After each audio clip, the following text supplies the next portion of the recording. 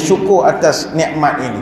Kenapa kita nak syukur? Pertama, kita nak kenang sejarah. Kita nak ingat balik kenapa kita merdeka.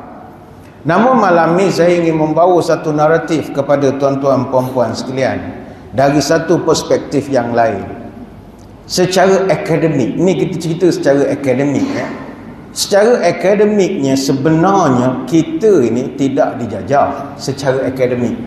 Macam tuan-tuan di negeri Selangor, Selangor ni tidak dijajah. Apa sebab? Kerana penjajahan secara de jure. De jure ni makna secara rasmi oleh khususnya British, itu tidak pernah berlaku di negara kita. Kecuali 3 buah negeri saja.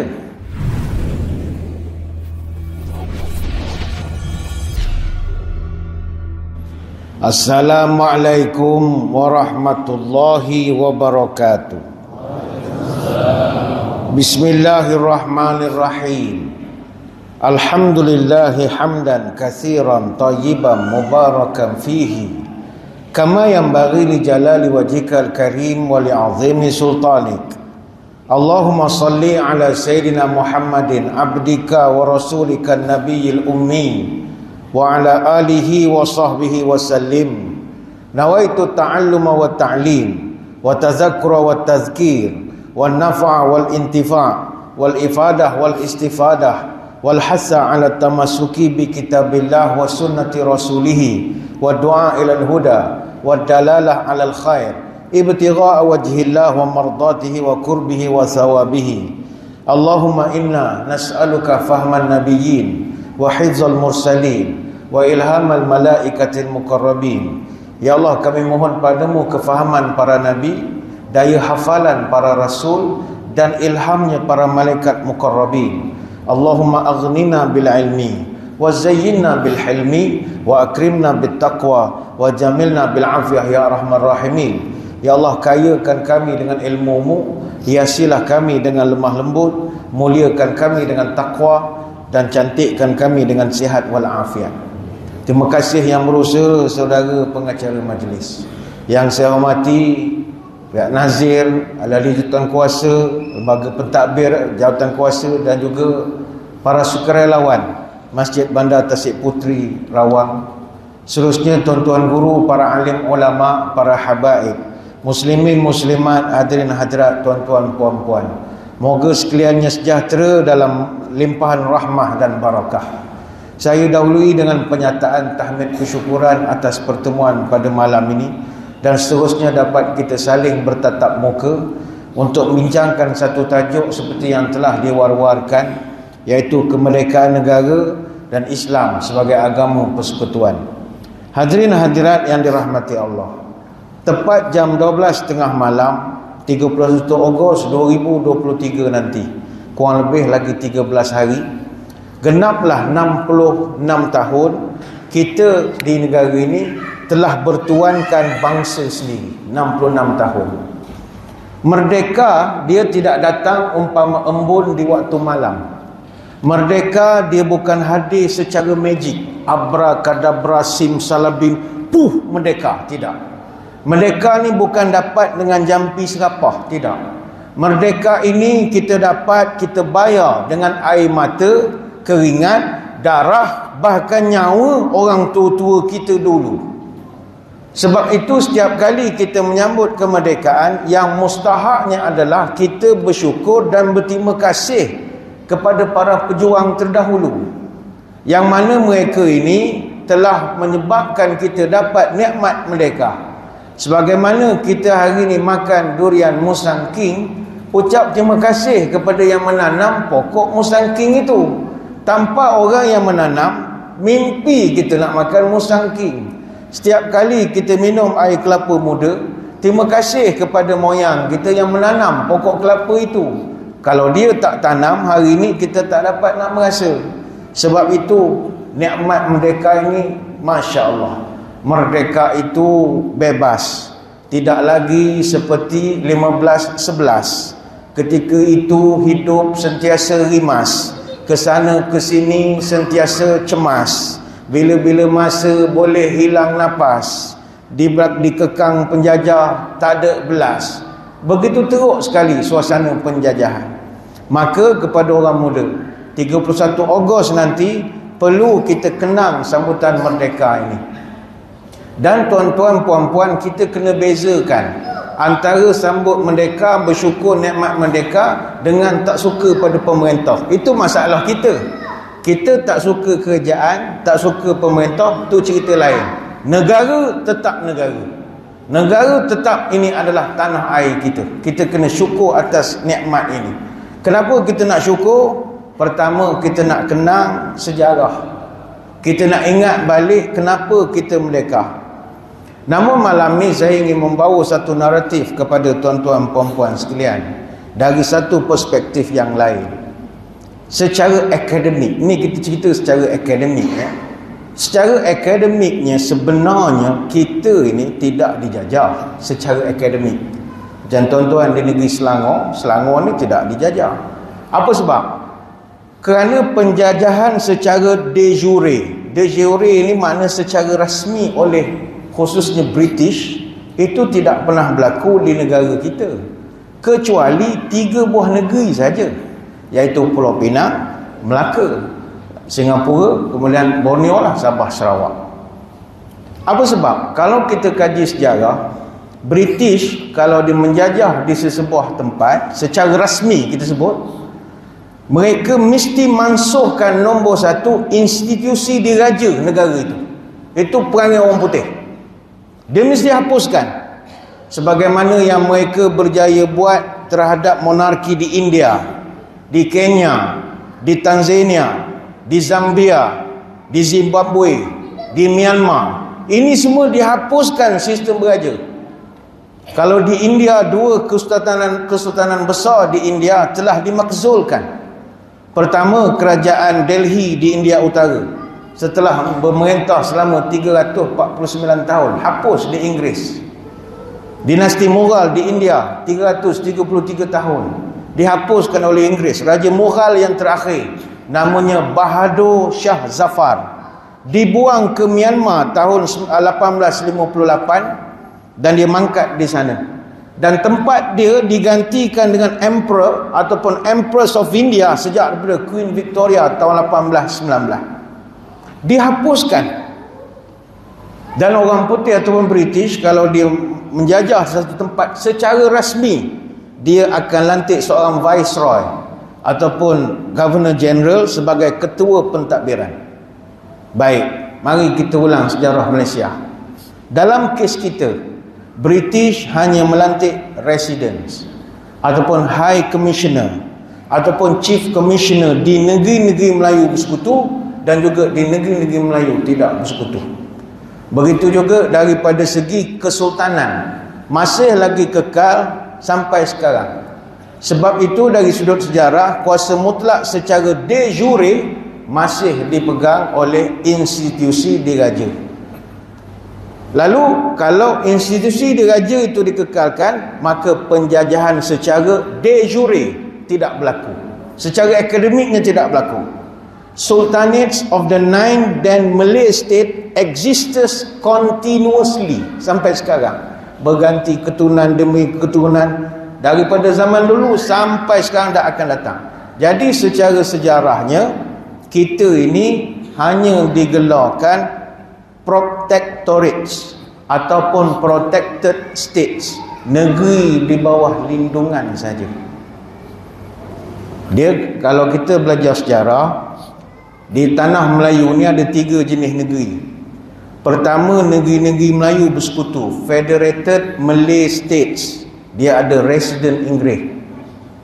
Kemudian negeri-negeri ini adalah bertaraf protectorates. Dia di bawah naungan British dan diperintah oleh sultan ataupun raja. Negeri Melayu bersekutu.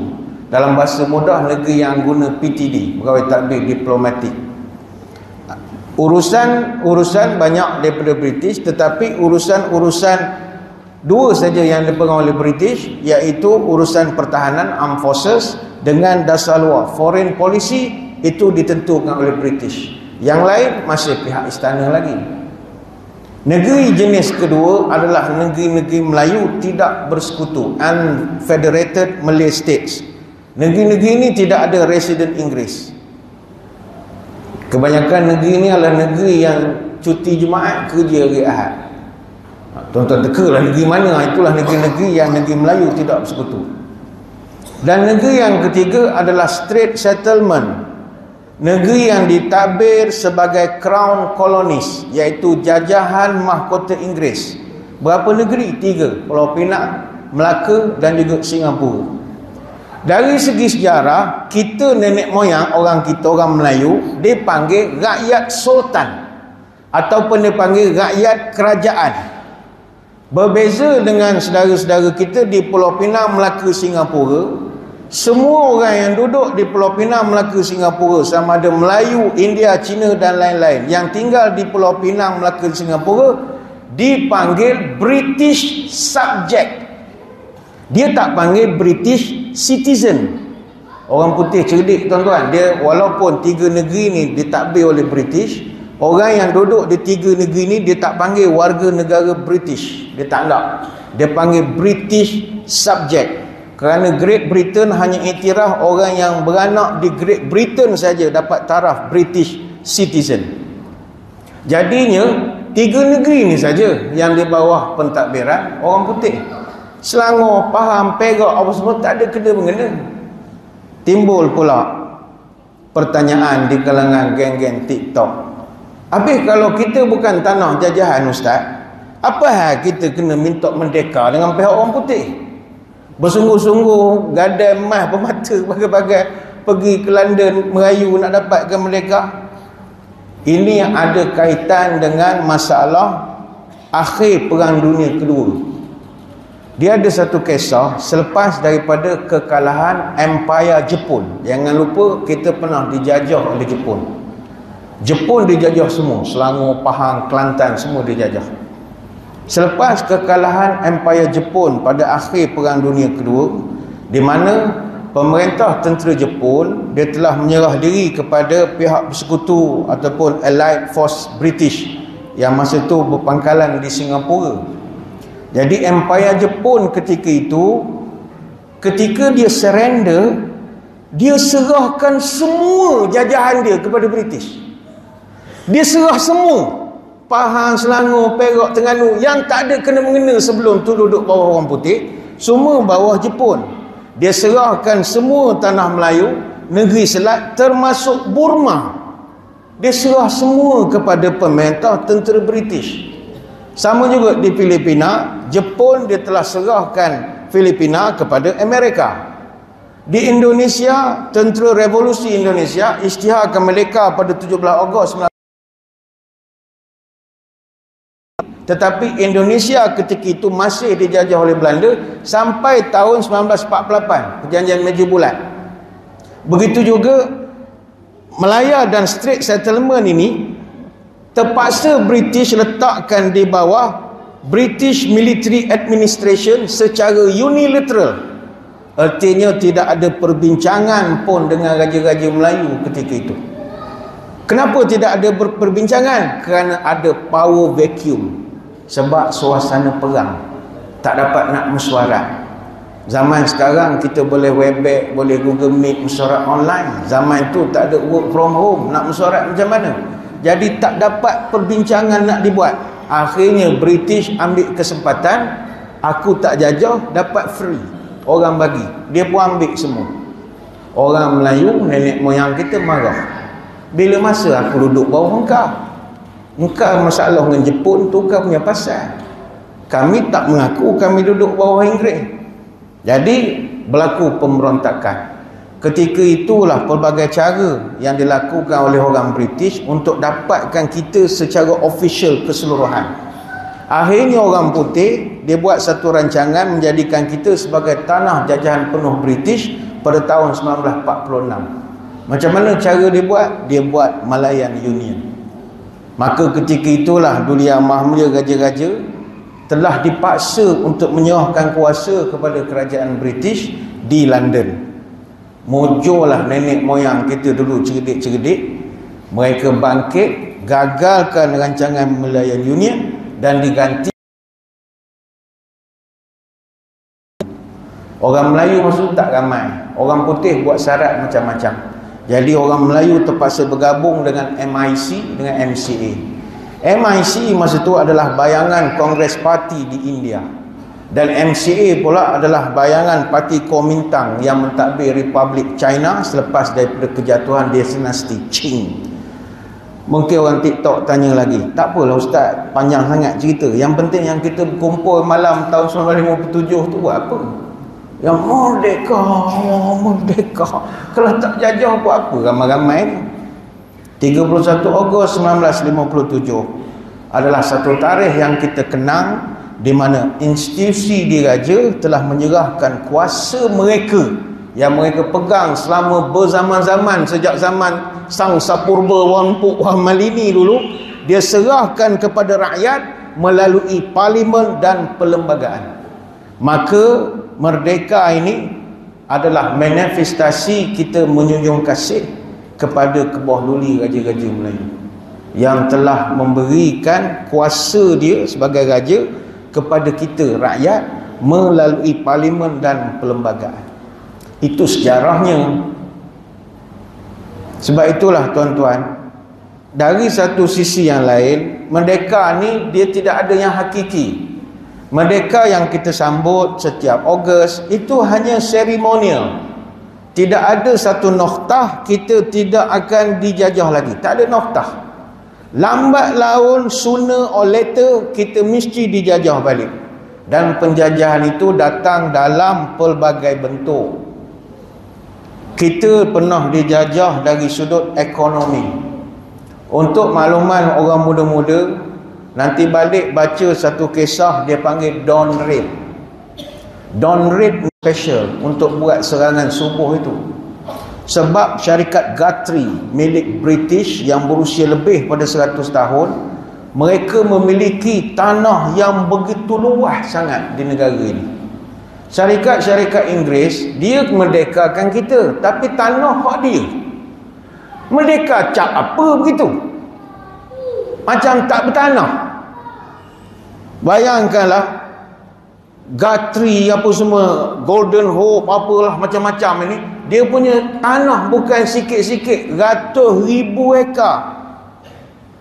Akhirnya pihak kerajaan Malaysia hantarlah beberapa tu orang-orang muda yang pakar ekonomi dan macam-macam, dan alhamdulillah syarikat Guthrie milik British jatuh ke tangan Malaysia dalam masa 4 jam saja.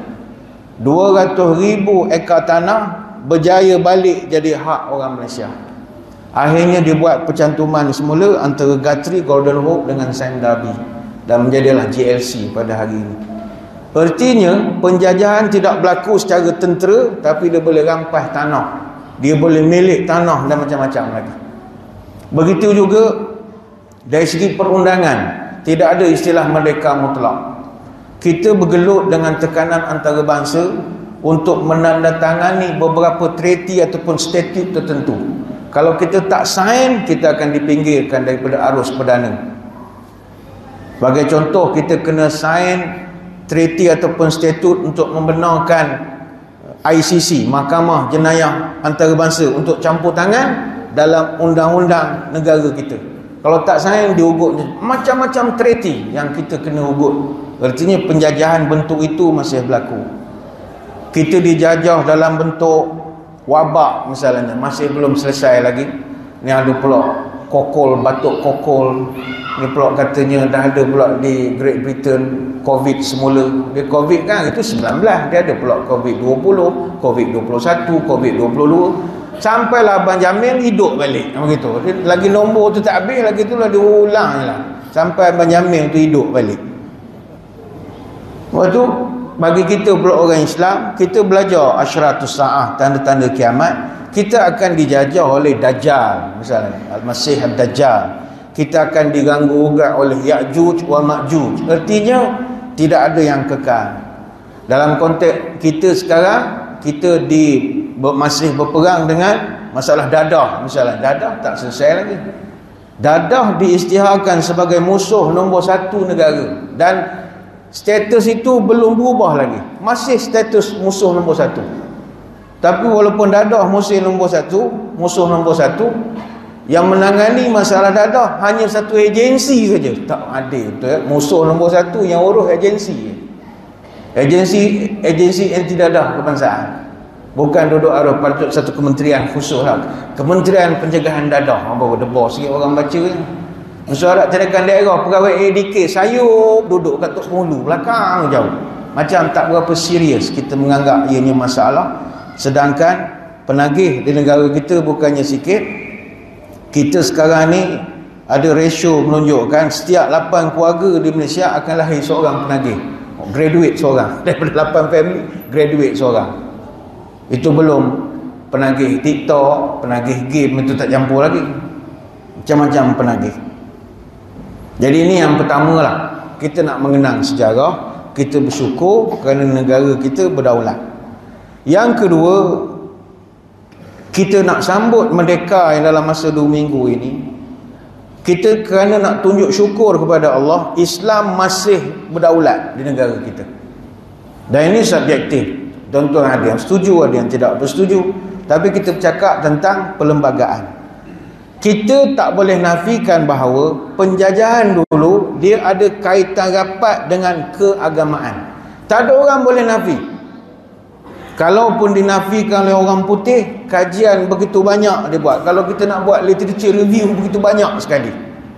Sehingga kan bangkit satu istilah yang diperkenalkan oleh Louis B. Wright. Dia buat satu buku tahun 1970, The Adventurous Life and Times of the Renaissance Explorers. Dia buat kajian kenapa orang Spanyol pergi sini, Portugal pergi sini. Mereka betul-betul kerana faktor 3G. Itu satu teori 3G. 3G kerana gold, glory dan juga gospel. Pertama kerana kekayaan negara itu. Yang kedua kerana glamour, ya, kerana nak follower ramai. Yang ketiga gospel, faktor agama. Maka kalau kita kaji daripada sejarah, penjajahan dahulu dia tak boleh elak daripada ideologi. Dan mereka sangat berusaha untuk nak memadamkan wajah dan ideologi Islam di Nusantara ini. Kalau kita tengok di tanah Melayu, ianya telah berlaku sejak daripada Portugis datang ke Melaka, diikuti dengan siri-siri penjajahan lain di seluruh kepulauan Nusantara. Dan orang Portugis ini mereka sebarkan agama mereka, iaitu Kristian Katolik, secara paksa. Diorang telah memang disuruh betul, kita ni tukar agama. Kalau Belanda dia sebarkan Protestan secara drastik juga, tetapi bertahap. Kalau kita tengok berdasarkan bukti catatan-catatan rasmi, zaman Raja Philip II, dia buatkan satu pengisytiharan mana-mana lelaki Portugis yang berjaya kahwin dengan penduduk tempatan, lelaki itu akan diberikan pengecualian cukai dan dimerdekakan. Kalau dia seorang tentera seumur hidup, dia akan dimerdekakan. Justru tahun 1604, Alfonso de Albuquerque diuruskan perkahwinan tentera Portugis dengan orang tempatan. Rekod rasmi daripada Alfonso ada 200 perkahwinan yang dia telah rekodkan. Orang Portugis kahwin dengan orang Melayu tempatan, orang perempuan tempatan, akhirnya melahirkan satu etnik di negara kita, dia panggil sebagai Serani. Muka Melayu tapi agamanya berbeza. Let bygone be bygone. Kita tak nak mengungkit sejarah, tapi itulah hasil daripada penjajahan. Begitu juga daripada segi penterjemahan buku-buku Injil misalnya. Dr. Melchior Leckdelcher, dia buat tahun 1733 terjemahan kepada Injil, terjemah dalam bahasa kita, bahasa standard, dan diedarkan di seluruh semenanjung tanah Melayu sampai ke Indonesia. Abad ke-18 dengan 19, terjemahan dalam bahasa Melayu itu luas digunakan.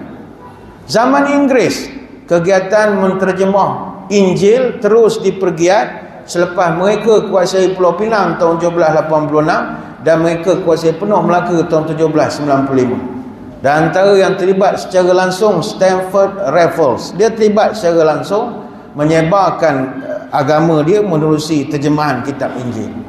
Tahun 1852 terjemahan itu buat pula dalam tulisan Rumi dan Jawi dan diterbitkan dan disebarkan di seluruh kepulauan Nusantara ini.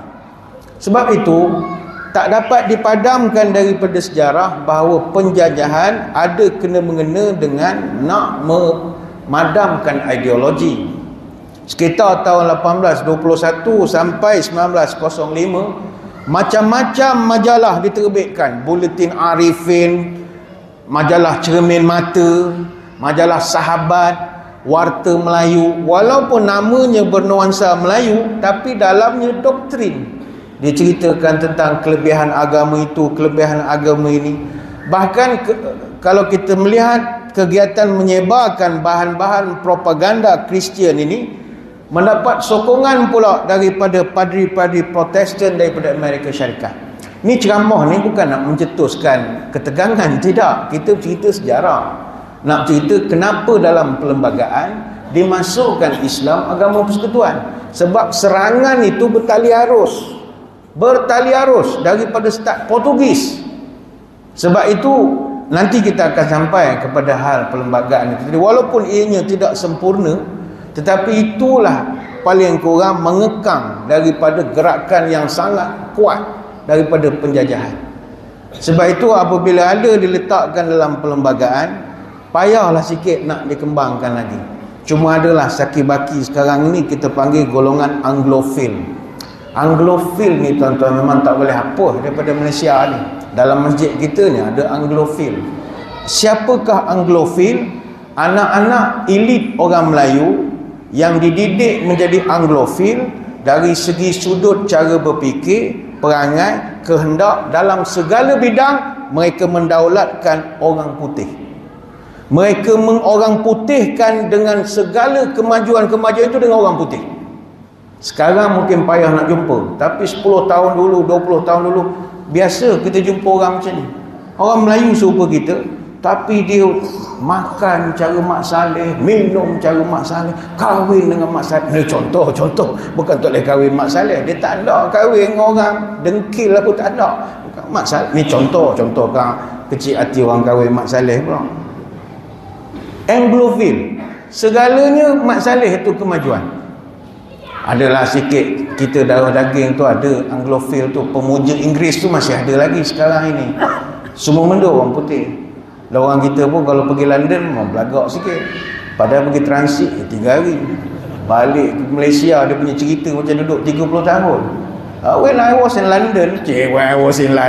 Berapa lama kau duduk London? 3 hari transit. Transit je pun in London, out Amsterdam. Dia punya cerita when I was in London, you know the traffic light, dia cerita traffic light kat London. Orang kita memang ada act sikit lah. Rasa pergi. Lepas tu orang kita kalau nak nampak cerdik kena cakap orang putih kan. Anglofil lah tu. Apa cakap Arab tak nampak cerdik ke? Cakap Perancis tak nampak cerdik ke? Tak, cakap orang putih lebih nampak cerdik. Walaupun tak berapa pandai cakap. Banyak witches ya, witches. You know witches. Witches kita witches benda lah. Banyak witches yang lebih. Witches pasoso nampak cerdik. Yang mustahak nampak cerdik. Padahal dia tak tahu pergi ke Paris cakap Inggeris, satu orang pun tak layan kita. Awak nak beli beg LV cakap orang putih tak layan. Cakap Kelantan dia lagi layan. Berapa satu beg? Orang Mesir dulu cakap dia layan kita. Oh murah sikit beg. Abang orang Mesir murah. Dia cakap layan kita. How much is this? Dia buat pekak. Orang Perancis kan sombong kan. Cakap pula orang putih lagi lah dia buat pekak kita. Beg cakap Terengganu Kelantan kalau pergi ke Paris. Jadi Anglofil ni masih lagi kekal sampai sekarang. Kita payah nak ubah. Nantilah ada banyak cerita tentang penjajahan ini. Tapi saya ingat benda ni kita sambung sekejap lagi semula. Sebab sekarang ni pun dah masuk azan waktu isyak yang akan berkumandang selepas ini. Jadi untuk kita menghormati syiar, menghormati kehendak agama, kita berhenti seketika memberi laluan pada azan. Tuan-tuan semua jangan ke mana-mana, kembali lagi selepas ini. Muslimin muslimat yang dirahmati Allah sekalian, kembali kita menyambung syarahan kita pada malam ini. Kami mohon izin dari jemaah untuk kita menganjakkan sedikit pelaksanaan solat isyak berjemaah. Untuk memberi peluang saya mengambilkan huraian berkenaan tentang kemerdekaan dan Islam sebagai agama persekutuan. Hadirin hadirat sekalian, Kita dah bawakan di peringkat awal tadi senario tentang bagaimana penjajahan dan kaitannya pengubahan agama itu tak dapat dielakkan, tak dapat dinafikan. Tapi alhamdulillah dengan izin Allah, agama ini masih dapat bertahan sampai sekarang. Azan masih berkumandang seperti yang kita dengar sebentar tadi, yang mana di setengah tempat azan ni dah tak boleh dilaungkan lagi. Kalau pun boleh dilaungkan, ada pula peraturan-peraturannya. Tak boleh radius, volume, sekian-sekian. Macam-macam lah peraturan-peraturannya. Sebab itu, kita bersyukur kehadrat ilahi. Orang tua-tua kita dulu, mereka tak tidur. Memikirkan bagaimana nak memastikan Islam ni boleh berterusan. Maka ini yang kita lihat dalam perlembagaan persekutuan. Sebab itu dalam perlembagaan persekutuan, mereka cuba sehabis daya untuk nak mengekalkan 4 perkara. 4 perkara ini dia panggil unsur tradisi yang tak boleh diubah. Pertama sekali, kedudukan Raja-Raja Melayu. Yang kedua, kedudukan Islam sebagai agama persekutuan ataupun agama negara. Bukan agama rasmi. Agama rasmi dia akan jadi terjemahan undang-undangnya sebagai agama ritual semata-mata. Bila negara, agama negara. Persekutuan tu maknanya negara lah. Sebab dalam perlembagaan intronya adalah ini dinamakan persekutuan. Malaysia ni persekutuan. Maknanya agama negara adalah Islam. Yang ketiga, bahasa Melayu sebagai bahasa kebangsaan dan bahasa rasmi. Dan yang keempat, tentang hak istimewa orang Melayu. 4 ni unsur tradisi yang tak boleh nak diubah sewenang-wenang. Apa sebab 4 perkara ini sangat mustahak dan ada dalam perlembagaan? Kita balik pada sejarah. Sebelum kedatangan penjajah-penjajah barat, demografi penduduk tanah Melayu hanya dipelopori oleh orang Melayu sahaja. Dan itu dia kena akui. Sebab itu Raja-Raja Melayu kita panggil Tuanku. Apa sebab? Dia tuan tanah. Tu namanya tuanku. Dia tuan tanah. Macam tuan-tuan ada tanah di sini, tidaklah jadi tuanku. Tuan-tuan jadi tuan tanah Kedaung namanya. Lain sikit. Sebab itu di Selangor tahun 70-an 60-an, dia ada biasiswa untuk anak Selangor daripada Raja Selangor untuk rakyat Selangor masa itu. Zaman itu kita semua rakyat raja. Zaman berubah, istilah-istilah tu dah hilang lagi lah. Tapi bila penjajah kuasai tanah Melayu, demografi negara kita berubah. Sebab ini bukan mencetuskan ketegangan, bukan nak mengungkit, tidak, cerita sejarah. Sebab penjajah dibawa masuk imigran daripada China, daripada India. Apa tujuan dia bawa? Untuk jadi tenaga kerja, untuk bawa bekerja. Macam sekarang lah, Bangladesh masuk, Nepal masuk. Orang putih dia ada satu persepsi, nenek moyang kita ni pemalas, dia kata. Malas kerja. Aku suruh kerja, dia bantanya. Dia nak pergi perang, dia tengok Anglo-Saxon style orang Viking bawa pedang besar-besar kursi ni. Besarnya pedang orang putih tak terbawa. Jadi dia kreatif, dia buat pedang kecil. Nama ke lahirkan benda lain. Itu malas kita. Kita bukan malas baring apa dak. Macam orang putih dia nak naik tandu. Zaman tu tak ada kereta. Disuruh nenek, suruh orang lain lah. Pemalas ini Melayu. Memang malas pikun kau. Kita malas action tu ada. Bukan malas membuta kerja, tidak. Itu kelebihan-kelebihan kita lah. Orang putih perang bawa meriam besar-besar, tak payah. Kita buat meriam kecil-kecil je. Kan orang kaji senjata Melayu zaman dulu, meriam dia besar-besar ini je. Elok je perang dengan Aceh dengan apa. Sebab kita malas serabut. Malas aku serabut, buat benda lain. Itu cara dia. Jadi orang putih tak nak pelik. India dan China yang dibawa masuk oleh British dipanggil sebagai buruh tambatan. Kalau dalam bahasa sejarah, bahasa Inggeris dia panggil indentured labourers. Tuan-tuan boleh Google kata ni. Indentured labourers. Ni memang bahasa akademik, bahasa sejarah. Indentured labourers, mereka ni buruh yang ditambat. Mereka sebagai buruh yang ditambat di ladang-ladang getah, di lombong-lombong biji timah kepunyaan British. Dan buruh-buruh tambatan ini mereka tidak ada kerakyatan. Mereka ni stateless, tak ada negara, tak ada kerakyatan. Sebab masa itu, tadi saya dah terang di peringkat awal, rakyat adalah rakyat sultan. Macam nenek moyang kita rakyat sultan, ikut negeri masing-masing lah. Kalau yang Selangor, rakyat Sultan Selangor. Saya Pahang, rakyat Sultan Pahang. Kita ada kerakyatan. Adapun indentured labourers, mereka tak ada negara, stateless. Orang putih pun sebagai negeri-negeri straight settlement, dia tidak iktiraf mereka ni sebagai warga negara. Mereka hanya dipanggil sebagai British subject. Justru itu orang putih, dia buat sekolah-sekolah vernacular. Sekolah vernacular ni sekolah Tamil, SJKC, sekolah Mandarin, sekolah Cina, didirikan oleh orang putih untuk persediaan bahasa dan budaya, agar anak-anak buruh tambatan ini selepas mak ayahnya habis kontrak tambatan kerja di tanah Melayu, dia balik semula ke India, anak cucu masih boleh cakap Tamil. Dia tak nak anak-anak tu tak pandai cakap bahasa ibunda. Jadi buka sekolah SJKT, SJKC. Itu tujuan dia. Buka SJKC, sekolah Cina, supaya mereka tak lupa budaya. Belajar bahasa Mandarin. Nanti habis, lu balik lu punya negeri, lu anak sudah pandai cakap Cina mah. Itu tujuan dia. Itu asalnya. Sebab mereka ni buruh tambatan yang ada tempoh bekerja.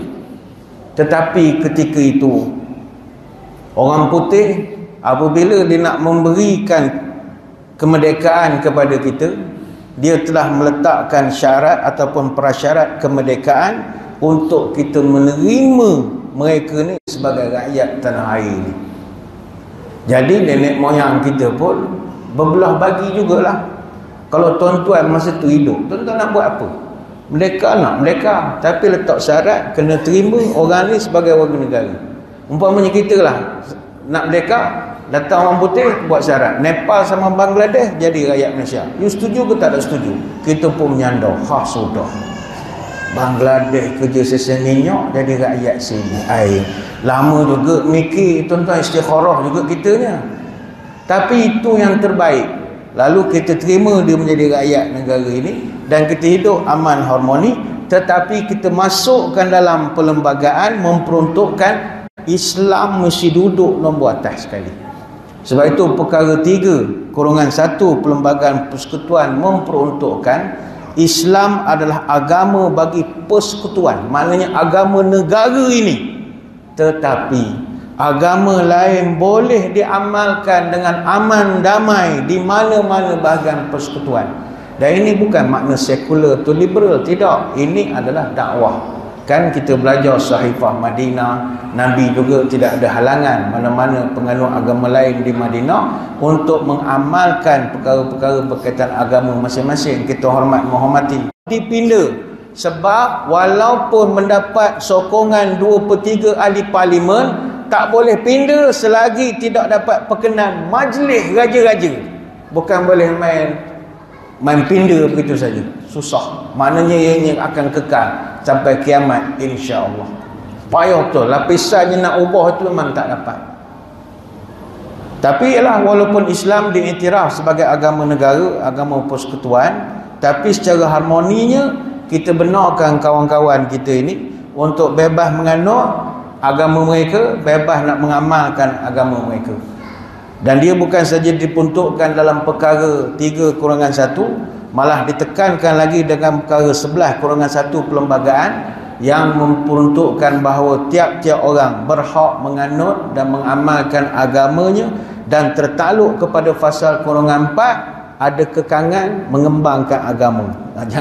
Jangan disebarkan. Artinya hanya boleh sebar agama Islam saja. Lepas tu kalau TV, Forum Perdana TV 1 Islam, TV 3 ada Al-Kuliah, ada macam-macam. Pagi-pagi tanyalah ustaz. Takkan ada rancangan agama lain, takkan ada. Dan itu mereka tak boleh cabar. sebab disimpan dalam perlembagaan. Kalau nak buat pun akan datang tak tahu, mungkin buat YouTube sendiri sajalah. Dari segi arwah perdana itu tak ada, tak akan dapat disebarkan, dan mereka pula jadi satu kesalahan pula. Sebab itu perkara 11-3 perlembagaan memberi hak kepada penganut agama-agama lain untuk menguruskan haiwal agama mereka, boleh menubuh buatkan yayasan. Kalau agama Islam dibenarkan buat, tidaklah bermaksud agama-agama bukan Islam ni boleh disebarkan kepada orang lain.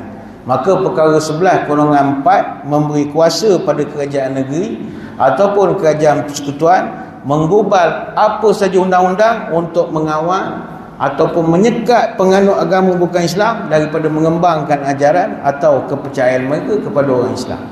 Kalau pun berlaku kes berbangkit, ada orang bukan Islam, ada orang Islam yang tukar agama kerana dia terima dakwah, kita cek balik, negeri itu tidak ada enactment itu. Sebab itu Wallahualam yang terkini, adakah seluruh negeri memiliki undang-undang dekat negeri-negeri? Pahang ada, Selangor ada, mungkin ada negeri yang tak ada, Wallahualam. Kita timbulkan pertanyaan, kenapa Islam diiktiraf sebagai agama tertinggi negara? Balik kepada sejarah, tonggak dan kuasa raja-raja ketika negara ni dibentuk 100% Islam. Tuan-tuan cari balik raja-raja Melayu yang sign deklarasi kemerdekaan, semuanya Islam ketika itu. Tak ada yang tak ada agama. Yang kedua, kerana faktor sejarah. Saya ambil contoh, kalau di negeri Pahang, raja-raja daripada keturunan Sultan Melaka, dia bawa syiar Islam di negeri Pahang. Sebab itu di Pahang dulu, Sultan Pahang, dia panggil Sultan Pahang Melaka lah, yang daripada keturunan Melaka. Sultan Pahang Melaka yang kedua, Sultan Ahmad Shah pertama, ibni almarhum Sultan Mansur Shah. Dia ni memilih tarikat tasawuf dan dia menghabiskan hayatnya dengan bersuluk di kampung Lubuk Pelang, di Bukit Ketupat di Jerantut. Sultan jadi tarikat. Ini cerita tuan-tuan tahun 1400, dah lama sangatlah tarikat. Begitu juga Sultan Pahang Melaka yang ke-6, Sultan Muzaffar Shah ibni almarhum Sultan Mahmud Shah. Dia ni begitu tegas sekali kalau dengan orang-orang yang bukan Islam, terutama orang Portugis yang datang. Ada satu catatan daripada Linehan, dia bercerita tahun 1540 ada satu orang Portugis nama Ferdi, daripada 23 orang yang hanyut itu, mangsa kapal karam itu, 8 orangnya meninggal dunia, terkorban. Jadi Pinto ini dia pergi ke Pahang, minta izin nak ke bumi, nak disemadikan. Tapi nak ke bumi ketika itu kena dapat perkenan sultan. Zaman itu Sultan Muzaffar tak benarkan. Dia tidak berkenan mayat Portugis ditanam di negeri Pahang, kerana katanya bumi Pahang akan jadi terkutuk. Bunga-bunga, pokok-pokok takkan tumbuh, sebab orang Portugis yang mati itu banyak makan babi. Itu disebut dalam catatan Linehan. Saya tak beri kerana kamu semua makan babi banyak sangat. Nanti tanam dalam tanah kami, pokok tak hidup. Sultan ketika itu. Jadinya orang Portugis itu bila ditanya nak buat macam mana mayat 8 ni, ikat saja dengan batu, campak tengah laut. Tegas sekali ketika itu. Begitu juga Sultan Pahang Melaka yang ke-8, Sultan Mansur Shah yang kedua, ibni almarhum Sultan Zainal Abidin Shah. Ini sampai peringkat gugur syahid berperang dengan Hindu Jawa di sebelah selatan Pahang dan digelarkan sebagai marhum syahid. Dan kemuncak pengukuhan Islam di negeri Pahang adalah semasa zaman Sultan Pahang Melaka yang ke-12, Sultan Abdul Ghafur Muhyiddin Shah, yang mana zaman dia julung-julung kali telah digubal risalah Hukum Kanun Pahang. Hukum Kanun Pahang tahun 1596 adalah hukum kanun tertua selepas Undang-Undang Melaka ataupun Kanun Melaka. Artinya daripada tahun 1400, 1500, 1600, Islam ni bukan sekadar anutan biasa. Dia jadi satu anutan yang kuat di kalangan negeri-negeri Melayu. Sebab itu Pahang diisytiharkan sebagai Darul Islam dengan Sultan Abdul Ghafur Muhyiddin Shah adalah sebagai khalifah dia, dan dia gunakan sepenuhnya peraturan berdasarkan hukum hakam Islam. Selangor pun sama, ada undang-undang, ada Islam bertapak. Tapi saya percaya ada di kalangan tuan-tuan malam ni yang first time dengar. Oh, Islam dah lama dah ya. Ingatkan Islam di tanah Melayu ni kat Batu Nisan je. Banyak Batu Nisan, banyaklah Islam. Dah, Islam dulu ditakbir secara formal sebelum orang putih datang. Mungkin orang kata, kami tak tahu. Mengapa dalam sejarah tak tahu? Sebab sejarah disorokkan oleh penjajah. Penjajah dia nak supaya negara yang mereka jajah terus kekal jadi bodoh. Jangan lebih cerdik daripada dia. Betul orang putih perangai dia takkan nampak kita cerdik daripada dia. Orang putih kan kalau seorang dia membaca, kalau berdua dia mengembara, kalau bertiga dia jajah negara orang. Itu kan perangai orang putih. Dia sentiasa memandang orang lebih bodoh daripada dia. Itu masalah Mat Saleh. Jadi kalau tuan-tuan nak tahu sejarah tanah Melayu, pergi ke mana?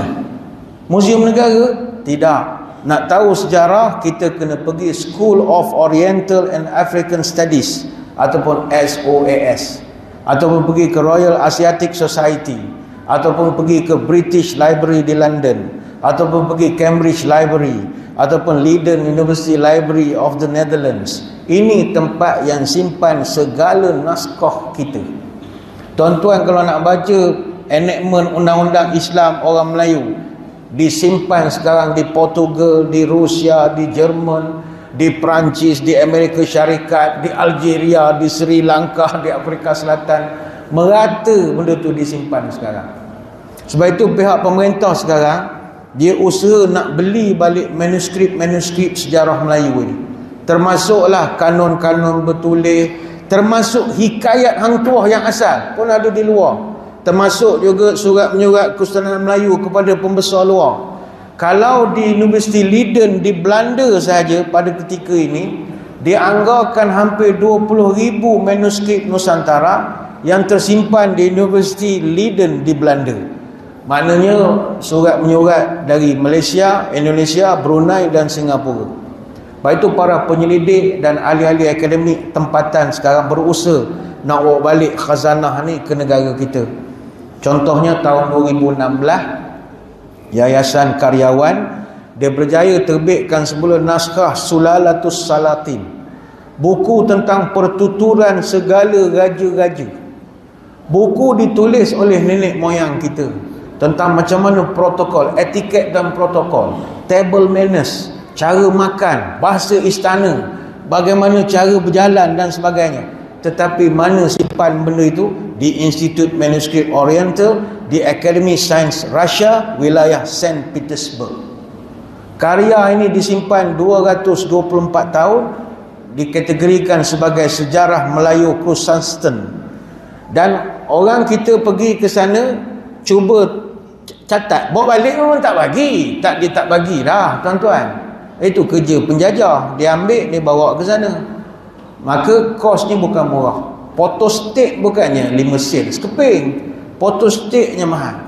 Baru-baru ini kerajaan telah luluskan peruntukan khas kepada Dewan Bahasa Pustaka dan juga Yayasan Karyawan 25 juta untuk DBP, 5 juta untuk Yayasan Karyawan. Sebab kos nak digitalkan selembar naskah saja satu muka surat, 1 euro dia charge. Dan dia punya harga semakin bertambah tiap-tiap masa.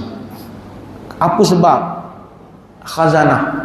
Maka anak cucu sekarang tak tahu bahawa di Selangor dulu raja-rajanya ada undang-undang, ada orang alim, ada ni. Kita ditutup cerita itu supaya kita tak menyangka bahawa Islam itu kuat di tanah air kita. Sebab itu tuan-tuan muslimin muslimat sekalian, kita Islam dan juga kemerdekaan ini tak ada orang yang boleh nafikan. Kerana Islamlah, kerana ulama, kerana kiai, kerana pondok, ini yang mencetuskan perjuangan di tanah Melayu. Kemerdekaan tak akan diminta oleh orang-orang yang kerjanya memang kerja dengan orang putih. Zaman itu ramai orang putih, orang kita kerja dengan Mat Saleh. Dan mereka ni tak akan minta mereka sebab gaji cukup, mereka ada allowance, mereka pegawai kerajaan. Yang berjuang untuk nak minta merdeka orang kampung.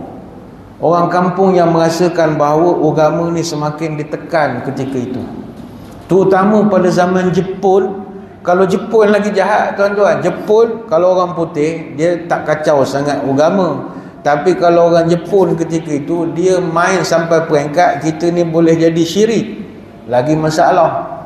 Kalau penjajahan Jepun di Nusantara, rakyat diwajibkan tiap pagi buat beberapa ritual. Antaranya kena tunduk hormat kepada bendera Hinomaru, kena nyanyi lagu Kimi Gayo dan Sekere. Ini lagu macam kita kena tunduk hormatlah kepada Tenno Haika. Tenno Haika, His Majesty the Emperor of Japan, dengan cara bongkok badan ke arah Tokyo. Kebetulan Tokyo ni arah matahari. Orang tutur kita tengok ini macam kita hormat ke matahari. Lepas tu tiap-tiap pagi kena rokol macam kilang Jepun lah. Kumpul, kena baris, disiplin, kutip sampah. Dia buat kita begitu. Orang kita campur pemalas sikit lagi. Lagilah malas nak kutip sampah. Beratur nyanyi lagu Jepun, Aikoku Koshin. Aikoku Koshin tu kan, tuan-tuan hafal lagu tu kan?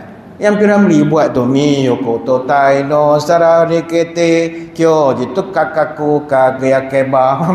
Piramli masuk ke lagu tu nak ingatkan anak cucu ni. Moyang kalau ni lah lagu kena nyanyi pagi-pagi. Tu lagu betul sebenarnya, bukan lagu Tika Terbang. Memang lagu betul. Dia nak simpankan khazanah dalam filem itu. Orang dulu ngaji agama tak tinggi tapi prinsip akidah kuat. Setakat nyanyi lagu kebangsaan, hormat bendera, kita boleh layan lagi. Tapi tunduk ke arah Tokyo, sorry naik lori lah, kita takkan tunduk. Apa nak jadi jadilah. Tampar dia Jepun, tampar lah. Macam-macam dia buat, suruh minum air sabun, minum. Tapi tunduk tidak. Ketika itu bangkit para kiai, ulama. Syah Abdul Jalil, ni Masjid Syuhada di Cot Piling di Aceh Utara. Kiai Haji Zainal Mustafa, pesantren Sukamanah di Singaparna. Hadratus Syekh Kiai Haji Hashim Asy'ari, pesantren Tebu Ireng di Jombang di Jawa Timur, pengasas Nahdlatul Ulama. Ki Bagus Hadi Kusomo, pengasas Muhammadiyah. Haji Abdul Karim Amrullah, Haji Rasul dan ramai lagi. Ini orang yang bangkit untuk ngajak rakyat lawan Jepun, puang hajar, suruh syirik kepada Allah. Ini kerja agamawan dulu. Tu sebab kita merdeka. Sama juga anak muda selalu kutuk orang tarikat. Wah, ni ustaz datang dah mengajar tarikat, mengajar tasawuf ni. Sibuk zikir bersuluk, zikir bersuluk. Harga ayam serupa itu juga. Mana boleh cakap begitu? Dia merendahkan amalan tarikat ni tak bagus. Datanglah geng-geng tarikat. Patutlah nama tarikat tarik dan ikat. Tarik dengan ikat serban. Adakah begitu ngejek? Dia kata sudahlah, pembangunan negara bukan berdasarkan kepada orang tarikat. Hello, kita nak beritahu ulama tarikat kerana jasa mereka lah merdeka banyak berlaku. Semua golongan-golongan pejuang merdeka dapat semangat daripada tarikat. Pemberontakan golongan petani ke atas Belanda di Cilegon tahun 1888 kerana didorong oleh Kiai Abdul Karim yang merupakan pemimpin tarikat Qadiriyah. Begitu juga pendukung tarikat Samaniyah, mereka menggerakkan jihad ke atas Belanda di Palembang tahun 1811. Sama juga beliau zaman Said Nursi, ini tarikat. Sama juga Imam Syamil Daristani Al-Naqsyaban, ini juga orang tarikat. Bahkan Mat Kilau Tok Bahman, siapa yang mendorong dia berjuang? Tok Kupalung. Tok Kupalung tu kan tarikat. Sebab itu orang tarikat. Syekh Abdul Qadir Al-Jazair, ini juga orang tarikat. Syekh Umar Mukhtar, ini juga orang tarikat. Sebab itu jangan pelekehkan orang tarikat kerana mereka menggerakkan dakwah dan juga jihad di negara ini. Sebenarnya banyak kita nak kongsikan tentang betapa mustahaknya Islam dalam negara kita ini. Maka marilah kita sebagai umat Islam yang muncul selepas daripada kemerdekaan, kita peliharalah Islam ini sehabis upaya kita. Dalam konteks perlembagaan, mungkin ada yang mengata tidak sempurna, tidak Islamik 100%, tapi ianya satu permulaan yang baik. 4 perkara itu dah tak boleh dicabar oleh mana-mana pihak pun. Cuma dari segi pengistilahan sajalah. Islam agama persekutuan, orang lebih suka Islam agama rasmi dan sebagainya lagi. Walaupun ianya tidak sempurna, tapi ianya menjadi satu pegangan yang kuat bahawa agama ini kita mesti jaga elok-elok. Orang tua-tua kita dulu berjuang kerana nak memastikan Islam terus kekal, maka kita pula sekarang ini memastikan Islam itu. Dan ingat, perjuangan mendapatkan kemerdekaan adalah kerana Islam. Kerana dalam Islam ada satu silibus namanya jihad. Agama lain dia tak ada satu silibus nama jihad. Sebab itu Red Indian kalau di Amerika Syarikat, kenapa mereka diperlakukan dengan teruk oleh orang-orang British sampai sekarang? Sebab mereka ni tak ada melawan. Dia tak ada, walaupun badan mereka satu-satu semua, kalau Ultimate Warrior semua daripada keturunan Red Indian, tapi dia tak ada doktrin. Kalau dalam Islam dia ada satu bab jihad. Bila Tok Guru mengajar di Masjid Surau sebut tentang jihad, orang jadi semangat. Maka sebab itulah Islam sangat signifikan dalam konteks tanah air kita. Sama menjaga kemerdekaan ini, moga-moga Allah pelihara agama kita kekal qara sampai bila-bila insya-Allah. Sebelum kita berpisah, marilah kita menadah tangan berdoa, moga majlis kita ini sama-sama diberkati oleh Ilahi mudah-mudahan. A'udzubillahi minasyaitonirrajim. Bismillahirrahmanirrahim. Allahumma salli wa sallim ala sayyidina Muhammadin salatan tukhrijuna biha min zulumatil wahmi. Allahumma tawil umurana wa sahih ajsadana wa nawwir qulubana wa thabbit imanana wa ahsin a'malana wa wasi' arzaqana wa ilal khairi qarribna wa 'anil syarri ab'idna wa qdi hawaijana fid dini wad dunya wal akhirah innaka ala kulli syai'in qadir.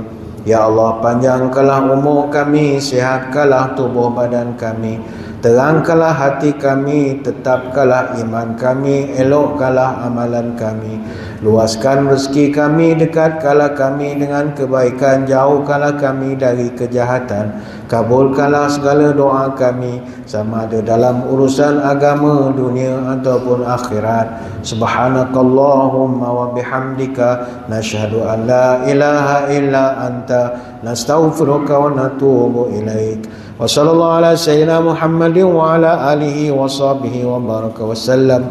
Walhamdulillahi rabbil alamin. Sekadar itu, wabillahi taufik wal hidayah. Assalamualaikum warahmatullahi wabarakatuh. Wallahu a'lam.